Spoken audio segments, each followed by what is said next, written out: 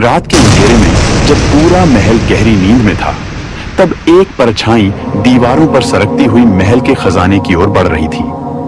यह कोई और नहीं बल्कि काशी का मशहूर चोर विक्रम था, जो अपनी चालाकी और फुर्ती के लिए जाना जाता था। लेकिन उसे क्या पता था कि आज की चोरी उसकी जिंदगी बदल देगी। विक्रम खजाने के कक्ष तक पहुंच ही रहा था कि अचानक तलवारों की चकाचौंध में गिर गया। सिपाहियों के बीच खड़ी थी महारानी सौम्या, अद्वितीय सुंदरता और बुद्धिमत्ता की मिसाल। उसकी आंखों में तेज था, लेकिन होठों पर हल्की मुस्कान।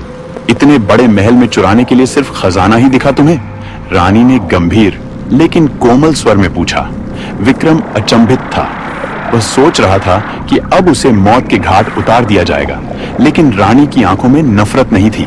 रानी ने सिपाहियों को संकेत दिया और वे पीछे हट गए।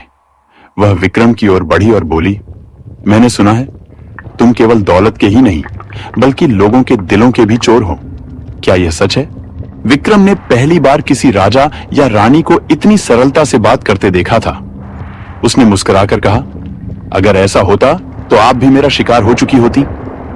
रानी उसकी बात सुनकर हंस पड़ी। वह विक्रम की चतुराई और आत्मविश्वास से प्रभावित हुई। उसने सजा देने के बजाय एक प्रस्ताव रखा, अगर तुम महल में रहकर अपनी चतुराई अच्छे कामों में लगाओ तो मैं तुम्हें दंड नहीं दूंगी। विक्रम के लिए यह अजीब प्रस्ताव था, लेकिन रानी की आंखों में कुछ ऐसा था जो उसे बांधने लगा। धीरे धीरे वह महल में रहने लगा और अपने हुनर से रक्षा प्रणाली को मजबूत किया, चोरी डकैती की घटनाओं को रोकने में मदद करने लगा।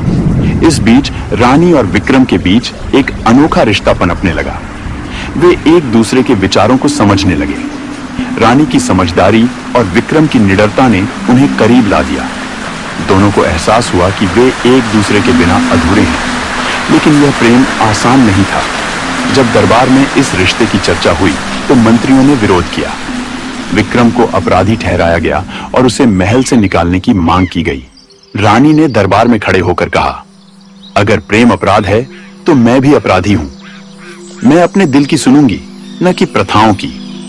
राजा, जो रानी का सम्मान करता था, उसने विक्रम की ईमानदारी को परखने के लिए एक परीक्षा रखी। यदि विक्रम 3 महीने तक बिना किसी छल कपट के अपनी वफादारी साबित कर सके तो उसे रानी के साथ रहने की अनुमति दी जाएगी। विक्रम ने यह चुनौती स्वीकार कर ली। उसने न केवल अपनी ईमानदारी साबित की, बल्कि यह भी दिखाया कि वह केवल एक चोर नहीं बल्कि एक सच्चा प्रेमी और महल का रक्षक बन सकता है। अंततः राजा ने उनकी प्रेम कहानी को स्वीकार कर लिया और विक्रम को रानी सौम्या का जीवन साथी बनने की अनुमति दी। इस तरह जो प्रेम चोरी से शुरू हुआ था, वह इतिहास के पन्नों में अमर प्रेम कहानी बन गया। ऐसे ही इंटरेस्टिंग वीडियो के लिए चैनल को अभी सब्सक्राइब करें। मिलते हैं अगली वीडियो में। जय हिंद, वंदे मातरम।